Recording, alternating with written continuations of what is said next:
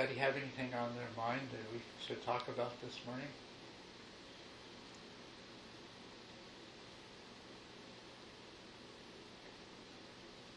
Any old question about meditation or dharma or why we're doing all this stuff? Tell us why we're doing all this stuff.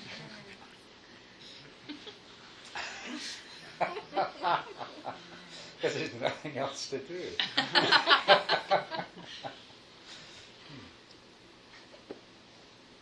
And presumably we've all figured that out by now. But then again, I suppose there's some that might not have.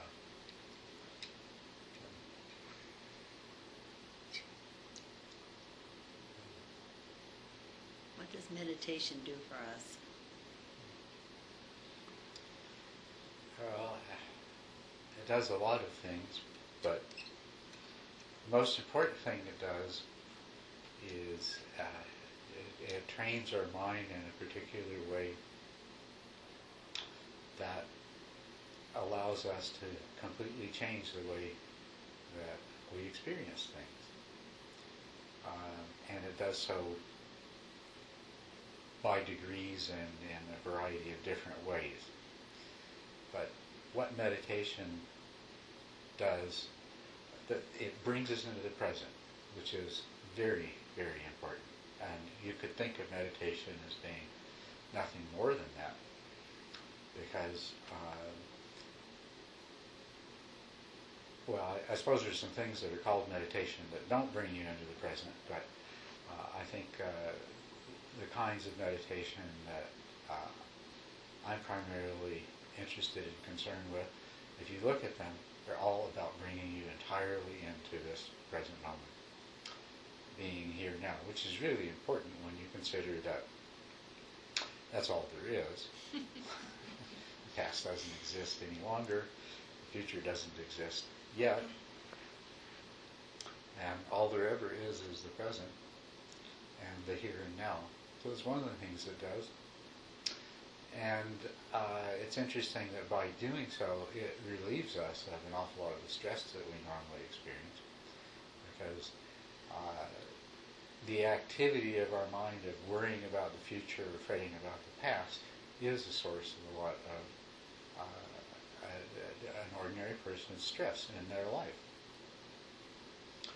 And interestingly enough, probably most of us have already realized that most of the things we worry about never happen anyway. But we continue to worry.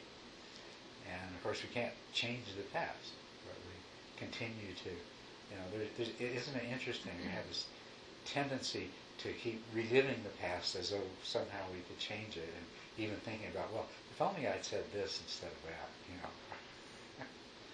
But yeah, it brings us into the present, which is one very important thing it does. It trains our mind in such a way that our mind begins to serve our highest intentions instead of acting automatically in a way that is programmed, a kind of a programming that we inherit at birth, and which basically leaves us entrapped in the illusions of seeing things in a way that constantly propels us to want something else and do something else and be so busy and preoccupied. So the natural state of the mind of the ordinary human being is one of constant restlessness and activity and movement. And a mind that is constantly in motion can't really penetrate very deeply into things. And we all know from our own experiences that to act with any kind of wisdom and to temper our behavior with any sort of wisdom, balance, equanimity, virtue, we have to slow down. We have to give a chance for some kind of understanding to arise. So the other thing that meditation does is it trains the mind to, as I say, come more under the control and influence of our highest aspirations and our highest intentions. And the other thing that it does is it trains the mind to observe clearly. It increases the power of our conscious awareness so that our observation is more penetrating and more encompassing. And the other thing that it does, very closely connected to that, is to clarify, because our perceptions of people and situations in the world in general are obscured by a lot of well, we're not seeing what's really there. We're obscured to a large degree what we are habituated to expect to see. And so it's like looking at the world through a pair of very muddy glasses. And so meditation helps us train the mind so that we are more likely to see the person and the situation or the world as it actually is, rather than as these obscurations that we bring into the moment will incline us to see things. So meditation is most fundamentally a process of coming into the present and training the mind so that, the most important thing that we have is our conscious awareness. And so we're training the mind so that this conscious awareness begins to achieve its full potential, and that we can benefit from that full potential. And the big payoff of meditation is that when the mind becomes trained and habituated to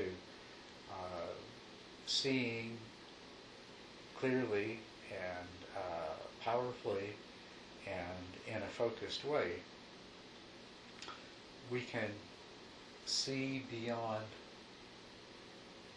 those particular things that are causing our unhappiness and suffering and cause us to make other people unhappy and to increase the suffering that's in the world. That's the real payoff. The payoff is the payoff is that things are not the way that they've always appeared to us to be. And I suppose this is where the faith comes in. Well, faith first comes in. You sit down and meditate, and you find it really hard to believe that you can ever really do this. And then you also doubt that even if you did it, you're not sure that you're sure why you're doing it. So you have to have some faith that there's a reason why this has been going on for so long with so many people. But because you can't in advance when you're trapped in the illusions that we all exist in, then you don't see them as illusions, and so there's no way really of knowing that there's something beyond those illusions, let alone that what is beyond those illusions will have a liberating effect and will leave you free from the kind of dissatisfaction, suffering, and unhappiness that you've taken for granted that is a part of life, and that you've been spending your whole life trying to counteract to whatever limited degree you can by pursuing the illusions. And so that is, in a nutshell, why we meditate. Yeah, but we've been through all that, and then the big question is, how can meditation help us know that we're not self-existent ourselves, as well as everything out there? Well, you see, the way that it can is by, as we develop concentration and mindful awareness, we can start observing what's happening as it's happening. And when we do that, we'll start to notice that that there isn't the kind of self that we think there is. We'll start to notice that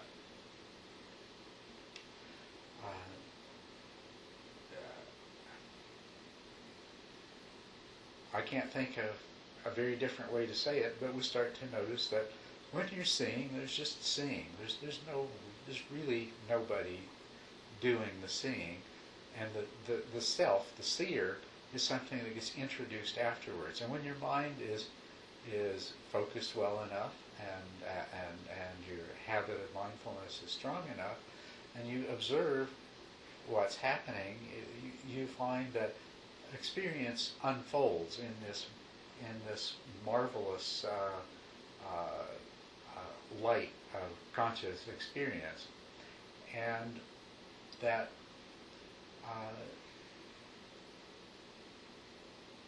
you see that happening, and then you see after that, you see the idea of a self arising and appropriating the experience to itself, and you realize it's just another idea.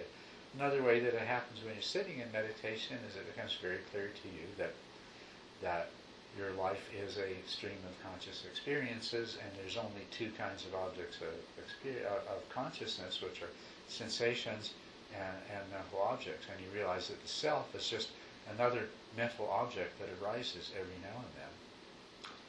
And then another thing that you observe, if you have trained your mind and you are observing what's happening, is that your intentions, that all along this idea you have that I'm deciding this, and I'm doing this, and I'm wanting this, and I'm feeling this, and I'm thinking this, you start to observe that, well, no,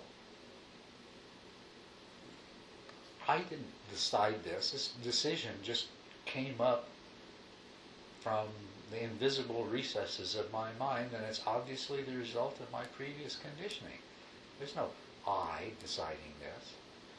And you see the same thing with your impulses to action or to speech and your intention. You'll see they're just arising by themselves out of the mind, out of some invisible place of the mind, and at that point, even if you're looking for the self, at that point you say, well, gee, if there is a self, it must be hidden in that dark back room that I can't see, because certainly the consciousness that is observing the intention arising didn't create the intention. And not only that, the consciousness that's observing the arising intention can see that actually it's coming out of causes and conditions. It's coming out of past experiences. And so you begin to suspect, well, maybe there isn't even some mysterious self in the back room of the mind creating these intentions. They are just simply coming out of past experiences. So these are the ways in which you can begin to realize that the kind of self that we believe we have, and it just doesn't exist. And this, right, what I've just talked to you about is our natural sense is there must be a self because somebody is experiencing this. And there must be a self because somebody's deciding and doing. And so it's really powerful when your mind is clear enough and focused well enough. And the other thing about this, let me just make it clear, is we're not putting ourselves into some fantasy state of mind where we see something that we expect that we're going to, or that some teachers told us we're going to see.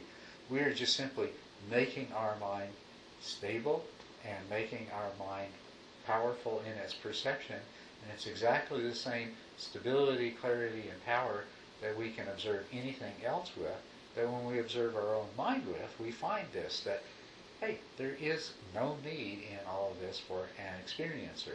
The experience just happens. And there's no need in here for a decider and a doer, because it happens. And then we look at where it comes from, and it comes not from any kind of self, but from causes and conditions. And so that's how meditation allows us to do this. But we've got to look. If we don't look, we won't find, And it really helps to have some guidance in where to look and how to look. And how long? And how long to look. Is this, it seems to me this is a very long, you have to spend a lot of time in meditation in order to get that to that state. Well, how long you spend, you see, you have to create the right conditions. And the mind that you begin with already, you arrive in the moment of taking up the practice with a lot of past conditioning. Okay? And then from that moment forward, you are undoing old conditioning and you are creating new conditions. So it will partly depend on what kind of conditioning you arrive with, but it will hugely depend on how diligent you are in the process of creating the right conditions to actually see and understand, and also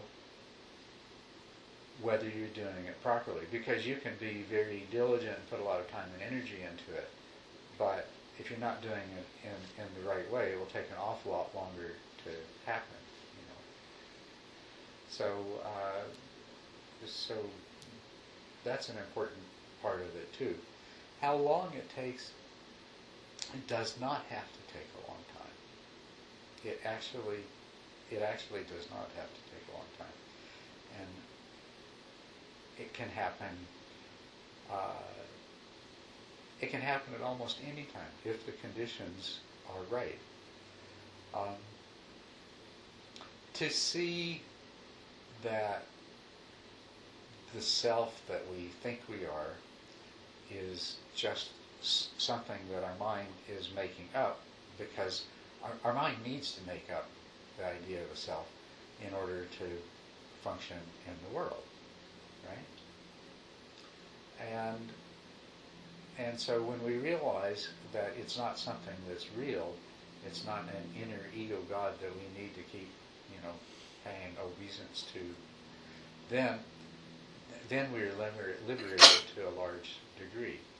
So it's creating a condition so that we can see that. Likewise, creating the condition so that we can see what we experience as external reality for what it really is. See that this is as much a creation of the mind as the self is, and it serves exactly the same purpose as the self. It's a way for the mind to organize sensory experience, to make sense of it, and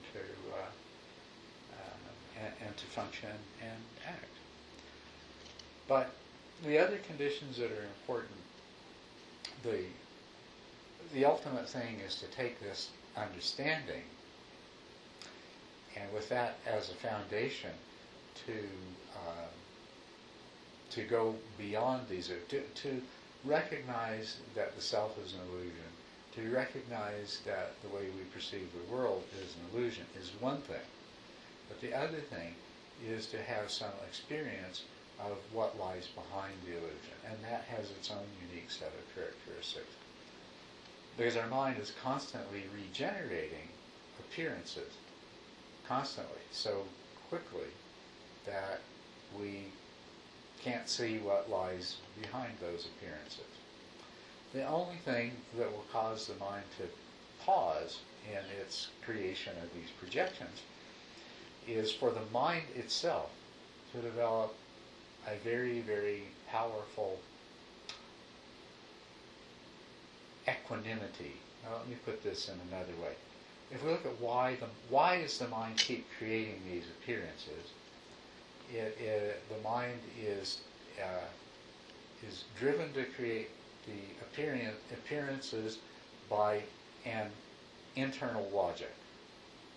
And that internal logic is one that not only sees its own appearances as being real, but assigns value to them. It's the fact that the mind assigns value to its own projections and its own constructs that keeps the mind churning them out. When we develop, or when the mind develops equanimity towards its own projections, then it becomes less prone to continue so assiduously in their creation. And that's what we're looking for, is to create a strong enough sense of equanimity that the mind pauses, and then when the last image fades away, then there is the reality that lies beyond. And the mind will resume its projection shortly thereafter. But that's all we need, is that one peek behind the curtain. Well, it's not all we need. We need to be able to go back and peek again and again.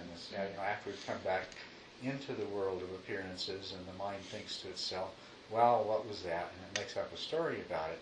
Then we need to go back and look again to undermine the new story, and it gets more and more refined. So where does the equanimity come from? Well, if you develop deep states of concentration and mindfulness and you sit in meditation, then part of what develops is equanimity. One of the results is equanimity. You get up and you go back out in the world and you experience a lot less craving, a lot less desire and aversion. And so you have equanimity of samatha. But in the seeing into the emptiness of things and the emptiness of self, that also produces an equanimity. The more deeply we understand, and if we cultivate the habit of reminding ourselves that things are empty and seeing if we can realize how to recognize it, well, my mind's just making it look that way. If we do that often enough, and if we also, when we find ourselves attaching to emotions or attaching to goals or projecting actions or things like that, if we can train ourselves to remember what we've already discovered, that, wow, that feels like I'm doing it, that's just coming from some deep conditioning. There is no self. So this is another way the mind acquires equanimity, is through insight, through knowledge. And when you begin to see that, well, if I attach to this impulse that arises and say, I am such and such, and carry out an action in response to it, and I do such and such because I want such and such, and see that those things are only creating suffering. This is where mindfulness comes in. Your mind's been doing this all the time, and although it's a conscious mind, it hasn't put together A and B, to discover that equals C. And the truth that you want to condition your mind to discover for itself is that these things it's been doing are not producing the result that it thinks it's going to. They're producing a different kind of result, and it's just contributing to the endless cycle of dissatisfaction and frustration and temporary pleasure, and so grasping after more and more. When you see this, I should say when your mind sees this, when, as a result of your practice, this mind, the very mind that's doing the projection of all these appearances, also begins to understand through mindfulness that these are illusions, and that pursuing them is just causing unhappiness. That creates a very powerful equanimity. So the condition that you're trying to create, what all of this adds up to in the end, that's another way you could simplify the description of the practice, is everything you're doing is trying to create enough equanimity so that the mind will cease for a moment in its seemingly endless creation of a world in a particular way. And the effect of that is to give that very same mind a hugely different piece of information to process. And it takes a while for it to process it too. Which is why, as I say, you need to go back and look beyond the veil more than once in order to really get the full effect, to produce the kind of change that needs to happen.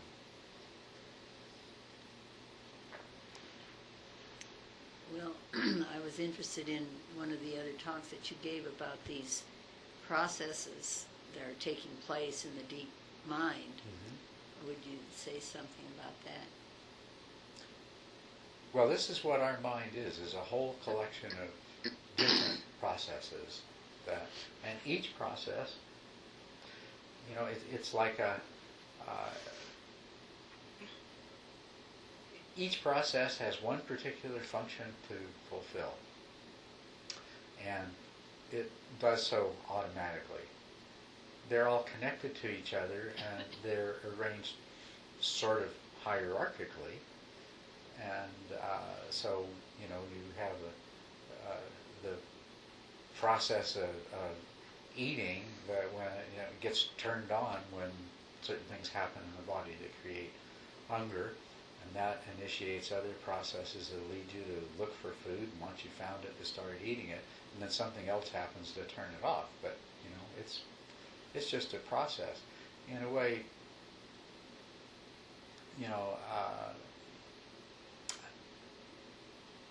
a way that you can get a handle on this maybe is if you understand reflexes. If you tap the tendon at the knee, it sends a signal to the spinal cord, which sends a signal to the muscle to cause it contract, and goes. It's a completely automatic thing, right? What you might not know, but there's a complex arrangement of things in your spinal cord that uses that one particular reflex arc in combination with a bunch of others, that allows you to walk. So that your brain sends a message to your spinal cord. It says, turn on the walking mechanism. And that simple reflex that makes your leg go out when you strike the tendon actually is a part of the walking mechanism, because one part of the walking movement stretches the same tendon, and that sends a message back to the spinal cord, which causes another muscle to contract, and the leg extends. And the entire process of walking is made up of these simple reflexes. And so walking is something that happens completely automatically at the spinal cord level. And that's one of the things that I encourage people to discover when they do walking meditation. Walk slow, walk fast. When walking slow, you're controlling it all from up here, and it's really awkward, and it's very unnatural, and it's not very skilled and smooth, and you trip and stumble easily. But you let go of all this trying to control it from up here and walk normally, and all of a sudden it happens wonderfully, Wow. And that's because it's happening at this lower level. Well, you work your way up, and you'll find that all the things you do, even moral and ethical decisions, even the way that you relate to other people, they're all driven by different mental processes that are essentially no different than these reflexes for walking. So the more complex ones are made up of a lot of simpler ones. And so this is what our mind is all of these different processes. Now, one thing that doesn't happen, you might imagine that you've got all these simple processes and then some more complicated ones, and then a smaller layer of still more complicated ones, and then a smaller layer. And you might think up at the top, like the cherry on the banana split, is one that you could say, oh, that's the self. But it doesn't work that way. That's not really the way it is. I mean, it could have been that way, I suppose. I don't know why it didn't turn out to be that way. But when you look in your mind, as soon as you sit down to meditate, you say, okay, I'm going to sit here and observe my breath. You discover that I, that voice, that's only one of those higher mental processes. And as soon as it generates that intention, it's only a matter of time before some of the other mental processes at the same or not too far from that same level of in the hierarchy say, enough of this, we'll do something else. Right? And in the process, you'll notice that, it's like inside your head there's this little a top hat with a big letter I on it, and it gets passed around. And when you sat down, one mental processor is wearing the hat that said I. But 10 minutes later, the other one that wants to go have a nap says, and what you find going on in your mind is, oh, I'd really like to go have a nap. So I would really like to go have a nap, But, I said I was going to meditate, But the I that wants to have a nap is now the one wearing the hat, not the I that said well, I've always said I was going to learn to meditate, and today was the day I was going to start, and you see? So whether you've noticed or not is one thing, but you will notice as soon as you start to pay attention to what's going on in your mind, is that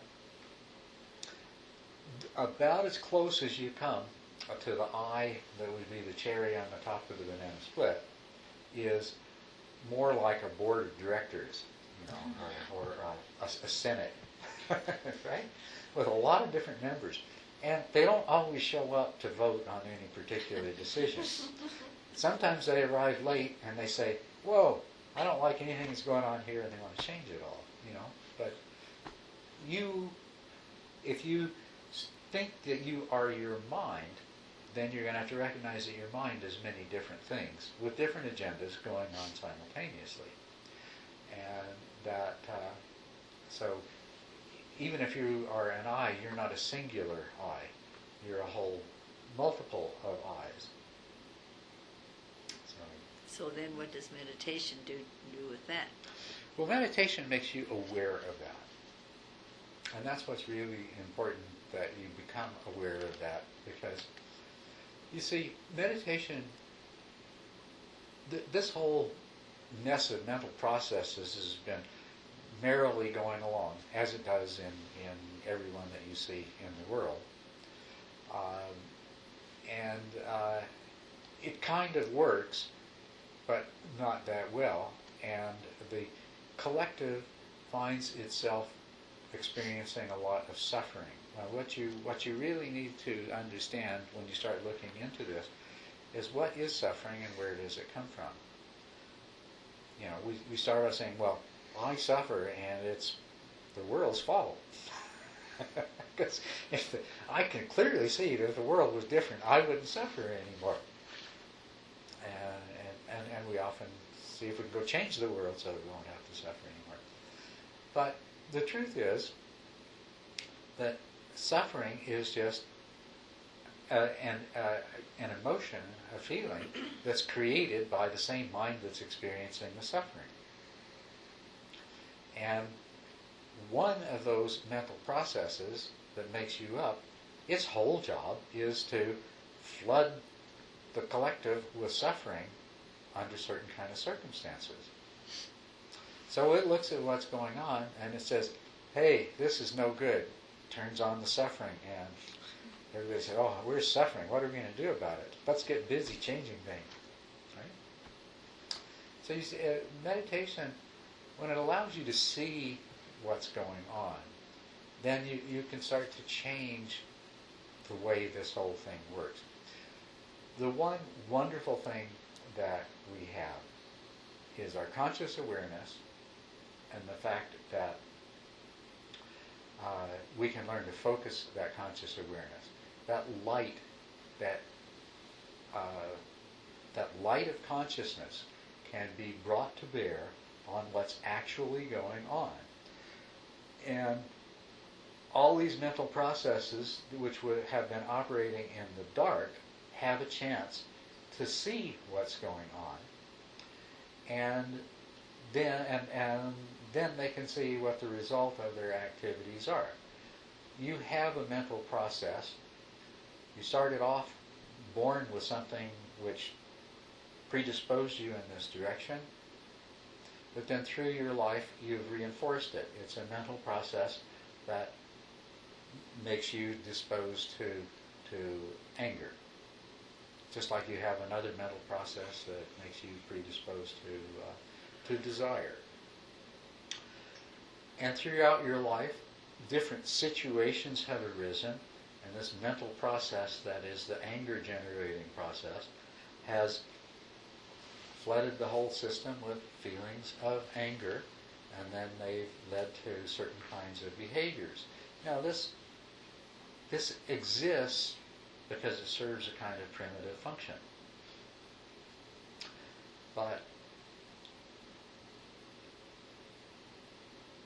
what we're doing through meditation and through cultivating mindfulness is we're bringing ourselves to a point where instead of this going along automatically, now when anger arises, first of all, we can see it in that way. We used to see it as, oh, I'm angry, which was the first mistake. And then the next thought that would come is, I'm angry because of her or him or this or that, right? That's the second thought. And then comes the thought, so I'm going to do this about it. You know, when we're little, we strike out or scream, and then as we get older, we find more sophisticated ways of responding out of that. All that we're doing different is focusing the light of mindful awareness on that. And if we can learn to remember, first of all, that if we've discovered and accepted and become at least to some degree convinced that maybe there's some truth in this idea that I am not the owner and the experiencer of the emotions that arises, then we can look at anger arising and say, oh, there's anger arising. And so in the next step, remember, first of all, we said, I am angry and it's his fault. Now let's say, oh, there's anger arising, and that's because I've conditioned myself to become angry in these circumstances in the past. And then, instead of getting lost in the action of what you're going to do about or to that source of your anger, is that you see that, oh, being angry feels terrible. It doesn't feel good in my body. It doesn't feel good in my mind. It makes me do things that are not beneficial to myself or to others. It does not lead me closer to awakening and to liberation. And you don't need to get into a lot of analysis of it, because if you are mindful, those things are obvious. They are just dead, certain, unmistakable, wow, how could I have never really noticed that before, kind of obvious. And because these facts are being illuminated by conscious awareness, that part of your mind that has been flipping on the anger switch all these years picks up on that. It's got a new piece of information. It doesn't mean that it won't turn on the anger switch in the future, but if every time you do it, it's exposed to this mindful awareness, it's going to change the way that it functions. It's something very similar that happens when mindful awareness is present and the mind stops making its projections and you have an experience of the reality that lies behind appearances. Because that same conscious awareness of ultimate truth registers on the mind, and where it registers very particularly is in those mental functions that have always created the sense of I and created the sense of other as being real. And the difference is that after that, it's just not the same. There's still a sense of I, but it doesn't fool you in the same way. And there's still a sense of there being a world of others, but you're not fooled by it in the same way anymore. So mindful awareness is working in the same way and producing the same kind of change, from the very first time you start to apply it to your experience in your life, as it does when you have that experience of stopping the mind's fabricating activity long enough to experience the reality that lies behind that. So it works in exactly the same way. It's not some new kind of magical thing that never was before. It's the same old stuff, but it's happening in a new way and producing a completely different kind of result. And this is how the very same mind that is responsible for your illusions can become a mind that is possessed of wisdom. And then instead of acting out of compulsion, driven by craving, it becomes a mind that acts out of compassion and wisdom. But is there any one part of all those different processes that wants to put it all together and make it all work together so that you don't have all these? Well, that really is, that's what the concentration part of meditation is about. And that's something I think a lot of people have failed to understand. When we do concentration meditation, it develops through stages, and we find our concentration deepens more and more.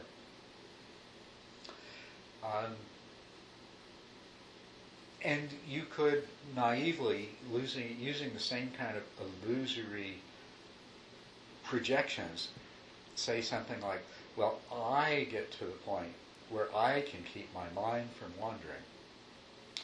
But what's actually happening is your mind, as this collection of processes, is becoming trained and conditioned in a different way.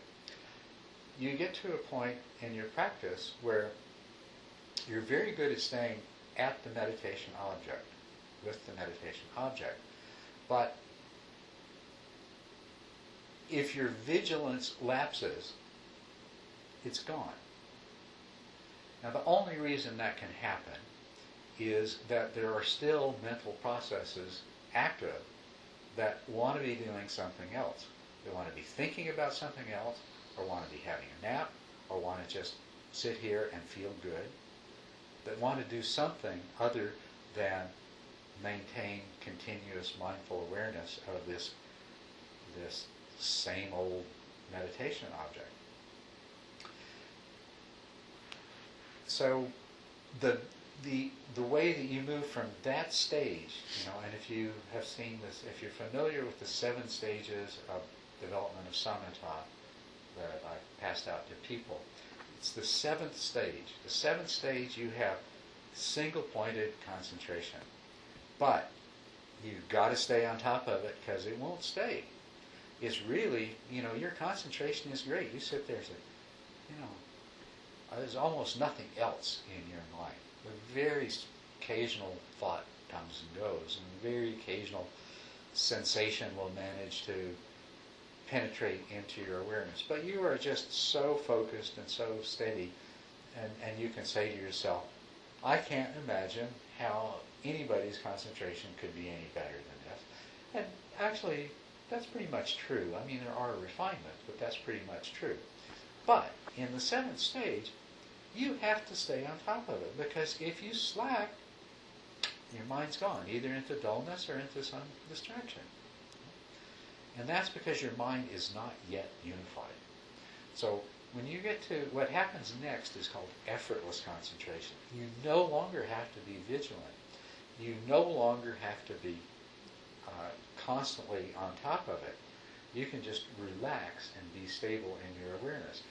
That change, that effortlessness, is due to the fact that all of these different things that make up your mind are now, they're now on target with the same project. They're not trying to make something different happen. That's why concentration becomes effortless. And another marvelous thing that happens in association with this unification of the mind is that a powerful sense of joy and happiness and even physical pleasure arises in association with it. Unification of mind, by eliminating the inner tension, produces a state of joy.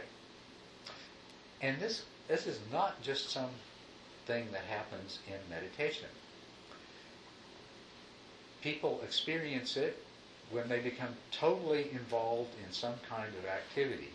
They are joyfully engaged, and every part of their mind is into that same thing. That's called a state of flow modern psychological terms.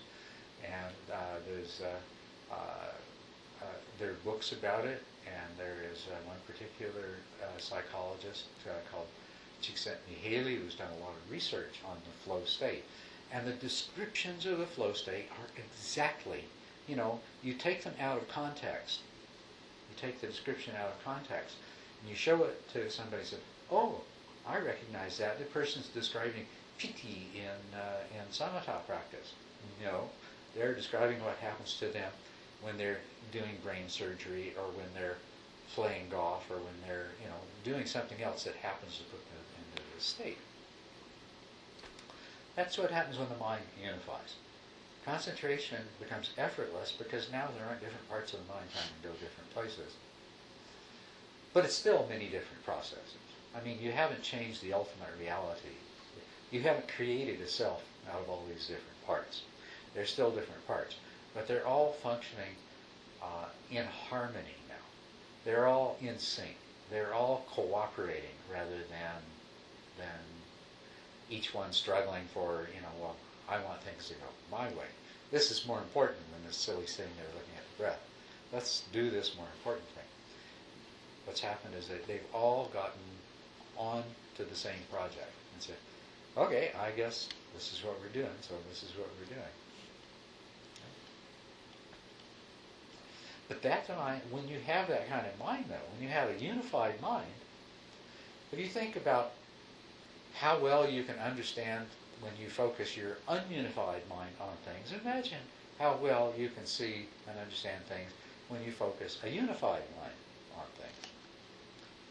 The other thing about a unified mind is it doesn't need to focus. The wonderful thing about reaching this particular stage in samatha, which you achieved through practicing on a single object, called single-pointed attention. But once you got there, you don't need to be single-pointed anymore. Now you can just expand the awareness, because by letting go of an object, your mind's not going to, go 16 different directions at once and be trying to multitask. You can just open up the awareness, and all the different mental processes at once are saying, like, they all got their arms over each other's shoulders, and they're saying, yep, let's watch what happens. And that's wonderful. That's the basis for the Mahamudra practice. When you have it open, space-like attention, and then you can just let whatever arises arise, and the whole collective of consciousness observes it, and it observes it with the power of the unified mind. And it sees, oh, yep, there's that arising and passing away. Oh, and there's that arising and passing away. Oh, and look at what it's like in between one thing arising and passing away and the other thing passing. It all starts to become clear. And in that particular meditation, you see a lot of the nature of the mind. The emptiness of appearances becomes really obvious, because now you see that each of these appearances is like a wave rising on the surface of the ocean and disappearing back into it. And you become really aware of the ocean, because before all you saw was the waves. But now, anyway. So the unification of the mind is a very important part of this practice, and it's how we get to where we need to be, where we want to be. Thank you. You're welcome. Any comments? Go ahead. Are you, I haven't been here in a while. Are we still focusing on the breath as in Yes. Yes. You need to have some way to stabilize the mind. And we use the breath, the sensations of the breath, because it's really well suited to that. It could be absolutely anything. But yes, we're still using the sensations of the breath as the object. When you get to the stage that I talked about, this 8th stage where you have effortless concentration, then at that point you are capable of practicing this open space-like awareness. But if you try to do it before that, you're not going to have much success. So you want to stay with a single object. And I like the sensations of the breath.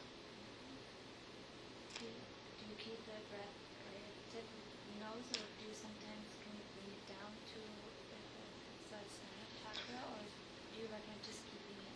You use, there? yes, you use primarily, throughout you are primarily using the same sensations of the breath at the nose, wherever in the nose. I mean, we say the tip of the nose, but, some people feel it on their upper lip, some inside the nose.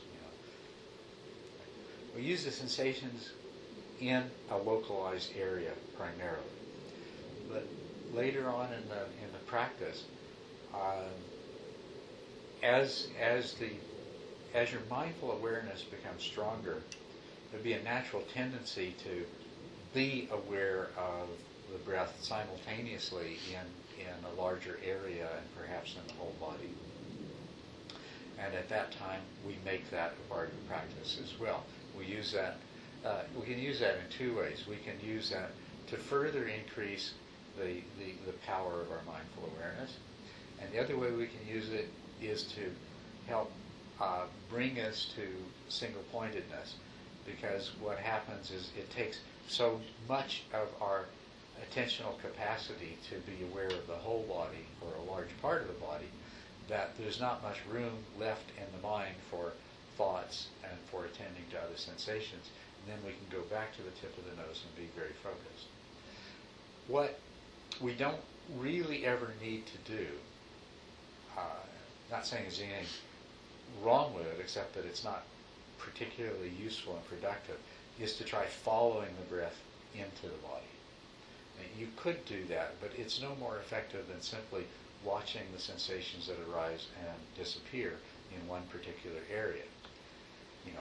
And the nose, there's certain reasons for using the nose, but you could use the rise and fall of the abdomen, or you could use the rise and fall of the chest, or anywhere you chose that there is a distinct sensation associated with the breath.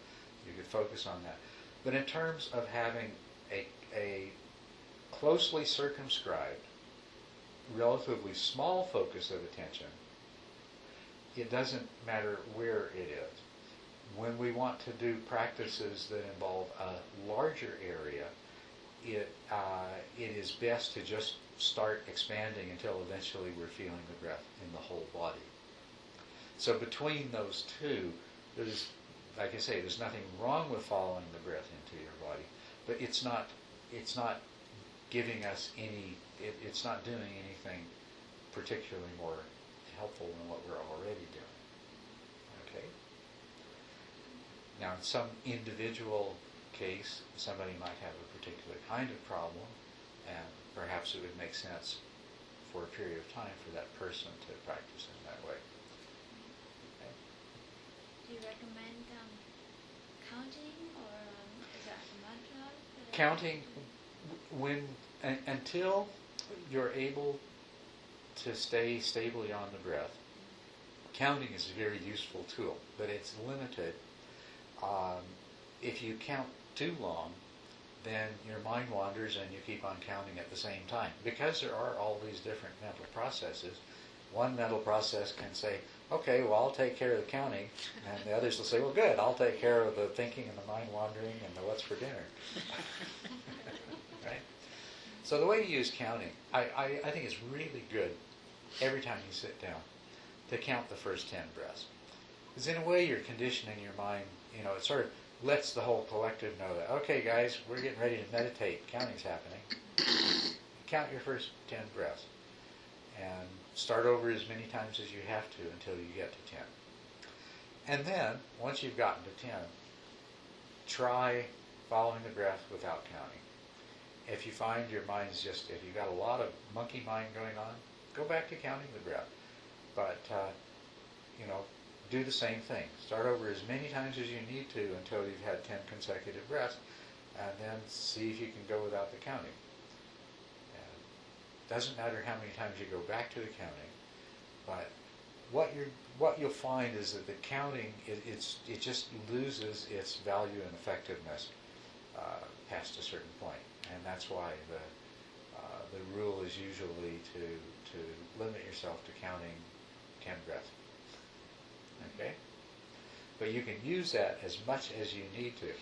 The other thing that you can use, if you're still in a stage of the practice where you're finding it difficult to stay on the breath, is after you've finished counting, then you can start saying to yourself things like beginning, end, or just in-breath, out-breath, in-breath, out-breath. You can use that sort of talking to yourself to help you stay with it. But the same thing, that's only going to be helpful on a temporary basis, and you're always trying to move beyond that where you don't need those sorts of aids anymore. Even if you start labeling in, out, or in, middle, out, pause, in, middle, out, pause, or something like that, there is still a tendency, after some point, one part of your mind will take over reciting the words, but your conscious awareness is going to be focused on, other things. So these things are all helpful, and use them. Some people are more visual rather than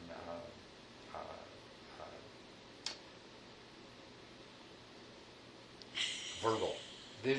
More visual than verbal. And so they might find it useful to project some sort of mental image, something expanding or contracting or rising and falling or some shape unfolding that corresponds to the breath, and that helps to keep them on it for a while. And it's very similar to using the labels. It can help you initially, and your mind can also find a way to let it happen without really following the breath. You're just trying to get to that place where you can stay on the breath. And the important things about that are that you don't ever let yourself get stressed, annoyed, have expectations. Just accept the fact that you're going to have to recognize that your mind has wandered, and you're going to have to bring it back to the breath some unknown number of times before you achieve perfect concentration.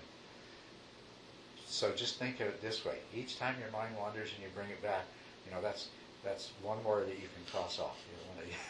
One less time that you're going to have to do it. And don't worry about the fact that it keeps happening, because it will happen, and then it will gradually stop happening. I still have a problem going past 30 minutes. With how long you sit? Yeah. What do I do after 30 minutes? My body's agitated. Well,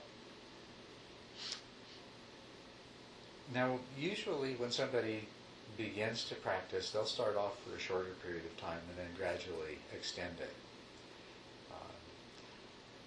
And you need to push yourself.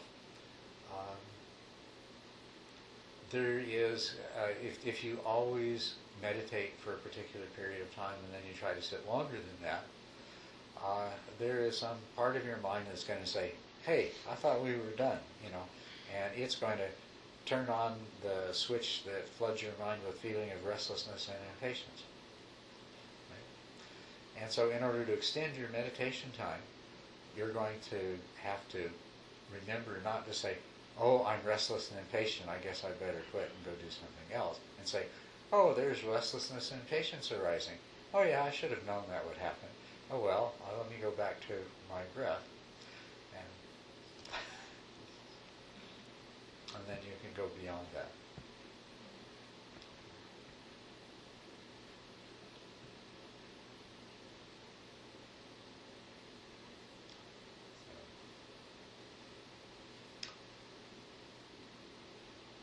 Anyone else have anything to? What do you suggest for sleepiness? For what? Sleepiness. Sleepiness. It For doesn't, sleep. it doesn't always happen, but sometimes I get to a point where there's nothing. There seems to be emptiness, and then I realize that I'm sleeping. I'm getting very sleepy. Sleepiness is very much the same as distractions. It's something that your mind will want to do rather than continuing the practice. And you train yourself out of it in very much the same way, except that in the case of sleepiness, you have to do something. The energy level of your mind falls, and that's why you become dull and then drowsy and then sleepy, or fall asleep. And so you have to, first of all, learn to recognize it, and to learn to recognize it sooner and sooner, because it starts out as very subtle, and then it gets stronger, and then it gets stronger, and then you notice it. So you try, the earlier you can notice it, the better. Once you've noticed it, though, you need to do something to increase the energy level of the mind again. You need to rouse yourself back up to a state of full wakefulness and alertness. And so there's different ways that you can do that, and these different ways are appropriate to different degrees of dullness that you're experiencing, or sleepiness. So what you'll need to do is to match the thing that you do. The antidote to dullness needs to be matched pretty well to the strength of the dullness. And what you're looking for is a strong enough antidote that it brings you back to a state of alertness that is sustained for at least several minutes, say 5 minutes. If you sink right back into the dullness again after 30 seconds, then you didn't use a strong enough antidote. So you need to use something stronger. And then it is just a process. The process of training is learning to recognize more quickly, and then always applying the antidote, and just repeating the process over and over again until the time comes that you are rarely, if ever, subject to dullness and drowsiness. But what are the antidotes? The antidotes are, depending on how strong the dullness is, drowsiness can be overcome by something that kind of shocks the system into a state of alertness. So if you're already feeling drowsy, I recommend taking several deep breaths, and if you're in a situation where you're not going to disturb somebody else, let the breath out very slowly against resistance. Take a deep breath, and you'll just feel the rush of energy up to your head when you do that. And if you do that several times, you should be wide awake. Another thing, if you're sitting with other people and you don't want to disturb them, is you can do the same thing. Take deep breaths and let them out more gently. The other thing you can do is to tense all of your muscles and relax them. And this is you're just waking yourself up, So if it's drowsiness, wake yourself up in that way. If you catch it earlier, then you can use not so strong antidotes. For the subtlest form of dullness, all you really need to do is to refocus your awareness on the meditation object and bring it up to the same intensity and clarity that you've become used to, that you know that you're capable of. But that usually you're a pretty experienced meditator in about the 5th stage of the practice, and you're working with eliminating the subtlest forms of dullness for that to really be an adequate thing to do. Normally what keeps your mind awake is the stimulation we get from the senses. And so what you can do when dullness is not very strong, but it's definitely there, is instead of just being focused on the breath, expand your awareness to your whole body. Feel all the different sensations in your body. Listen to the sounds around you. Just become aware of everything. You can open your eyes. If you open your eyes, and opening your eyes and listening and feeling will arouse your mind to a certain extent. And if dullness is not too great, then that will be quite sufficient in itself. You can also meditate with your eyes open. If that seems like it's working, just more of a broader awareness, and you're kind of awake. In order to help stay alert, is you might meditate with your eyes open rather than closed. Not focused on, not looking at anything in particular. Just open, and your attention is back on the sensations of your breath. So, and then if that's not enough, if you find, sometimes there's, when the dullness is stronger than the antidote that you are applying, you'll have an experience called sinking. You'll bring yourself back up to alertness, and then it's like you've risen to the top of the water in the pool, and you immediately feel yourself starting to sink again. So you find yourself sinking, you need to do something stronger. You need to do something like the muscle clenching or the deep breathing. And even if doing those you still find yourself sinking, then stand up, meditate standing up for a while. Switch from sitting meditation to walking meditation. Or even go and splash some cold water in your face and then go sit down again. So, do whatever's necessary to overcome the sinking so that you have like several good solid minutes before the dullness comes back. And then repeat the process. And don't be concerned with how often this happens or how often you need to repeat the process. If you've aroused yourself strongly enough, you're training the mind. If it's strongly enough that you stay alert for several minutes, it's going to produce the training effect. What you'll have, if you're having a sit where there's a lot of dullness, you might experience at some point you'll apply one of these antidotes and you'll become really wide awake and alert, and it won't be a problem again for the rest of the sit. And that's great. This is sort of the overall direction that you're moving towards, as you'll find that more and more often that's the case. Dullness comes on, you notice it quickly, you apply the antidote, maybe you have to repeat it 2 or 3 times, but then, wow, after that you're okay, it's no problem. And the time will come where you very rarely have to do this at all. Most people don't like dullness because dullness makes it, or don't like dealing with dullness. Dullness is pleasant. You just really, really want to go into it. And it's painful to pull yourself out of it. Ouch. I want to do that to myself. It's so nice just to get in this nice little dreamy state.